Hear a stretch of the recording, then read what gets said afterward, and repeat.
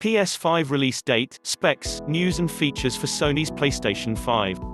With PS5 DualSense controller revealed, we're one step closer to seeing Sony's new console. PS5, or PlayStation 5, is the next-generation PlayStation, with a release date of late 2020, and although Sony has remained tight-lipped about its new console, it has drip-fed us a few juicy details on what we can expect from its next-gen offering. We recently got our first look at the DualSense PS5 controller, which boasts some impressive-sounding features such as haptic feedback, adaptive triggers and a built-in mic. But what is arguably most interesting about the DualSense controller is its radically different look and space-age black and white color scheme, which suggests the PS5 design will look something similar, and will be a big departure from its predecessors. Just as important as the DualSense controller are the PS5 specs discussed at Sony's March reveal event. LED system architect Mark Cerny provided us with a deep dive into the PS5's system architecture, revealing the technical inner workings of the PS5. For now, know that the PS5 is rocking an AMD Zen 2-based CPU with 8 cores at 3.5 GHz, 16 GB of GDDR6 memory, and a custom RDNA 2 AMD GPU that puts out 10.28 TFLOPS of processing power. In terms of features, we know the next-gen console will have ray tracing, a super-fast SSD, a built-in 4K Blu-ray player, and will be backwards compatible with a huge swath of the PS4's game catalog. So far, the PS5 is living up to the hype. Want all the juicy details? Here's everything we know about the PS5 so far, and what we hope will be revealed the closer we get to launch. Sony has officially confirmed that the PS5 will release in time for holiday 2020, so likely sometime between October and December 2020.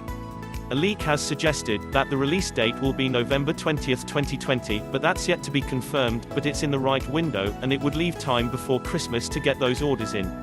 This would put the PlayStation 5 in direct competition with Microsoft's Xbox Series X, which is releasing during the same period. Game on! Despite rumors, a Sony PR has confirmed the PS5's release date has not been delayed by coronavirus, so we should still see the next-gen console release in late 2020, even if we're not sure exactly when that will be. We're expecting to find out the PlayStation 5's official release date in the coming months, having not been revealed at the March 18th technical talk. Sony hasn't officially confirmed a PS5 price yet, and, according to the company, that's because it hasn't actually decided how much the next-gen console will cost. In a quarterly earnings call via Spiel Times, Sony's chief financial officer Hiroki Totoki revealed the company still hasn't nailed down the PS5 price.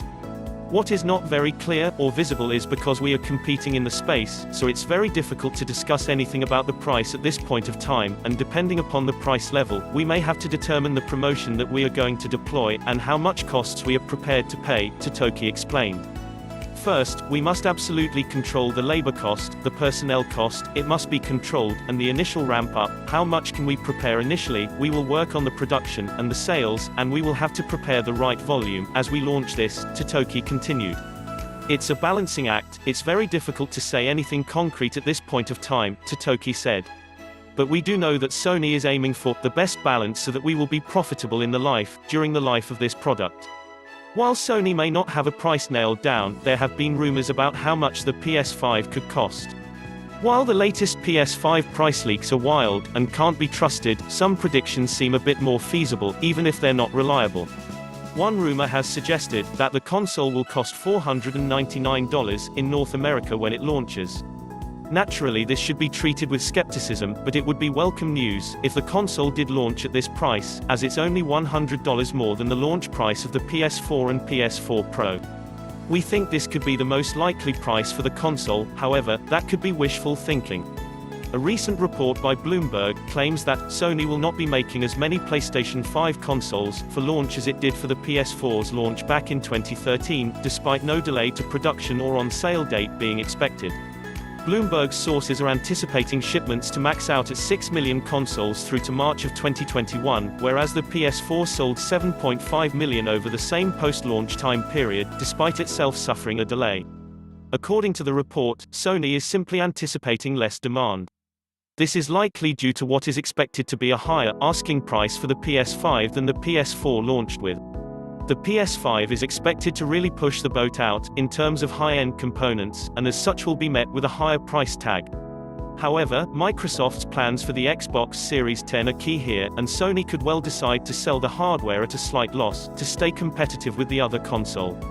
The PS4 benefited from a lower cost than the Xbox One, and Sony likely won't be keen to reverse that for this generation. We hope. We can expect that the console's price will be in line with the technology it uses, but Sony will also have to be aware of its competition. It's unlikely, with the Xbox Series X, that Microsoft will repeat the mistake it made by launching the Xbox One at a prohibitively high price point, so Sony will have to ensure that it doesn't make a similar mistake by making the PS5 too expensive. Sony finally lifted the hood on the PlayStation 5 during its first official reveal event, giving us a better idea of the specs of the next-gen console will offer. But what do we think? What's interesting so far, Sony's commitment to custom silicon, with a full focus on raising gaming capabilities to the next level, without alienating developers, now comfortable with developing on the PS4. Custom hardware in the PS3 proved to be a difficult element for developers to get their heads around, but the PS5 aims to be as developer-friendly as possible. As has already been explored, the SSD is key to the PlayStation 5 experience.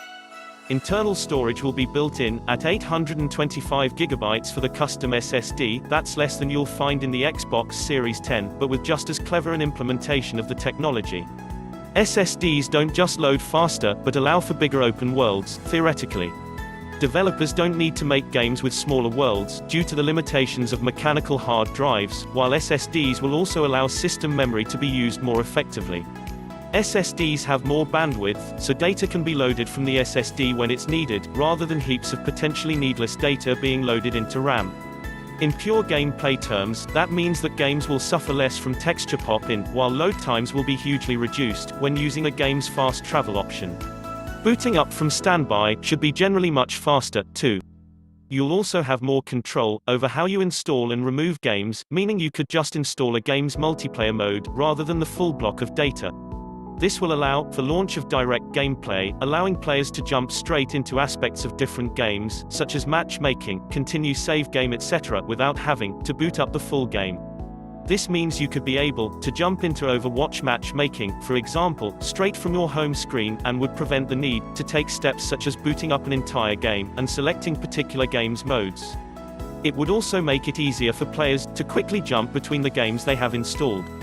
As for expandable storage, Sony appears to be allowing for off-the-shelf NVMe PC drives, rather than proprietary storage systems that Xbox will primarily be relying on. However, there aren't many drives on the market right now that use the PCIe 4.0 interface required. They need to be capable of at least a 5.5 GB per second transfer speed. NVMe PC drives will work in PlayStation 5, said Sony. The only problem is that PC technology is significantly behind PS5.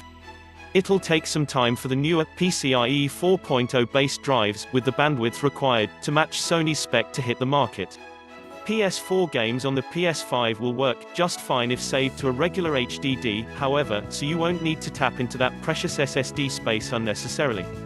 A custom processor and GPU, what that means for backwards compatibility.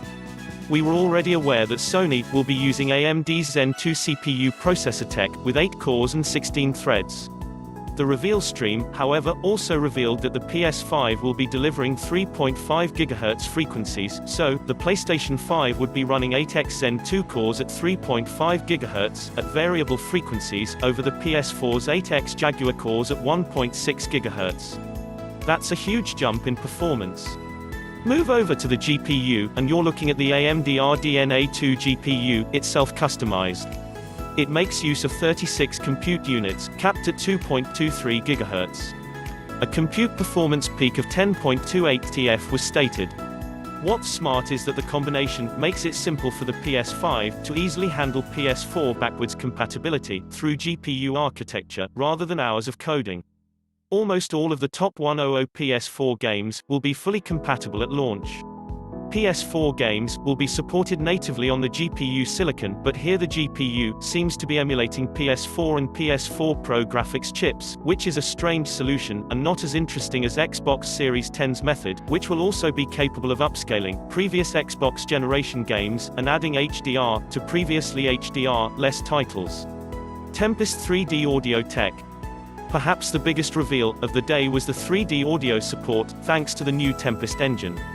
It's an incredibly powerful system. If the PSVR can support 50 pretty decent sound sources, according to Sony, with the PSVR's distinct audio system being one of the more complex audio systems in gaming at the moment, the PS5's Tempest engine can support hundreds. The example Sony used described it in terms of rainfall. Today, the sound of rain in a game is a single audio track, but the PS5 would theoretically be capable of letting you hear individual raindrops in relation to where the player character is. Where we ended up is a unit with roughly the same SIMD, single instruction, multiple data, power and bandwidth, as all 8 Jaguar cores in the PS4 combined, said Sony. If we were to use the same algorithms as PSVR, that's enough for something like 5,000 sound sources, but of course, we want to use more complex algorithms, and we don't need anything like that number of sounds. Perhaps best of all is the way you'll get to experience this. Even a lowly pair of headphones at launch will be able to take advantage of the sense of presence and directionality Sony is promising here, with the company also committing to later support multi-speaker surround systems with the tech. But this is an ongoing project for Sony. To accurately model surround data positioning, Sony needs to create a head-related transfer function, or HRFT, map. Essentially, that's a distinct algorithm that works best if the system knows the precise shape of your ears. Maybe you'll be sending us a photo of your ear, and we'll use a neural network to pick the closest HRTF in our library, Sony teased. Maybe you'll be sending us a video of your ears and your head, and we'll make a 3D model of them and synthesize the HRTF. Maybe you'll play an audio game to tune your HRTF. We'll be subtly changing it as you play, and home in on the HRTF. That gives you the highest score, meaning that it matches you the best.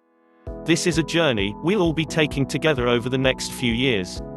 Ultimately, we're committed to enabling everyone to experience that next level of realism. There's still been no official PS5 design reveal, but the reveal of the DualSense PS5 controller has given us a fairly good idea of what we can expect the next-gen console to look like. While we're mostly dealing with speculation, we can assume that the PS5 console's design will match, or at least be similar to, that of its controller. To date, PlayStation controllers have always matched their console counterparts. It would be odd for this not to be the case. And what's immediately striking about the DualSense controller is its new design, and, in particular, its two-tone white and black color scheme. This suggests that we could see a two-tone, white and black PlayStation 5 console, similar to the controller, with the console itself boasting a primarily white design, with black lining or sections. Not only is the DualSense controller's color scheme different from what we've seen in previous PlayStation gamepads, but its overall shape and design is also a huge departure. Sony has gone futuristic with the DualSense's design. And, while we know that the PS5 won't look anything like the dev kits we've seen so far, the alien futuristic design may be in the right vein. The controller is white, but looks pretty simple and sleek. With a boomerang-like rounded shape, no definition in the button colors, and a blue light on either side of the touchpad, it looks like Sony is aiming for a minimalistic, futuristic design for the PS5. As we pointed out with the color scheme, PlayStation controllers often match their counterpart consoles, so we can expect a similar minimalist design for the PS5, likely with blue lighting, slightly rounded edges and little definition when it comes to buttons and ports. Rumors have cropped up, suggesting that Sony will double down by launching the PlayStation 5 Pro at the same time as its base model PS5. Spotted by WCCF Tech, noted Japanese games journalist, Zenji Nishikawa, made the claim in a video on his YouTube channel, and while that kind of thing wouldn't normally be considered a rock-solid lead, Nishikawa has been proven correct in the past, with his predictions about the PS4 Pro and Switch Lite. According to Nishikawa, the PS5 Pro will cost around $100 to $150 more than the basic PS5 console. The report states that Sony is taking this approach because it has acknowledged the interest in a high-end model and wants to give players what they want right from the beginning of the generation. NeoGAF user FX Veteran, via TweakTown, has since added fuel to the fire by claiming Sony plans to release 2 PlayStation 5 models at the same time, a PS5 Pro and a PS5, with the PS5 Pro being top of the line to compete with the Xbox Series X's potential iteratively more powerful versions. While a PlayStation 5 Pro is likely on the cards, we don't think it'll release at the same time as the regular PS5. In our opinion, it's more likely that Sony will wait around 3 years, 2023, before giving the console an upgrade. Usually this happens mid-cycle, and the PS5 lifecycle is estimated to be around 6 to 7 years. Thanks for watching, and please subscribe for more upcoming videos.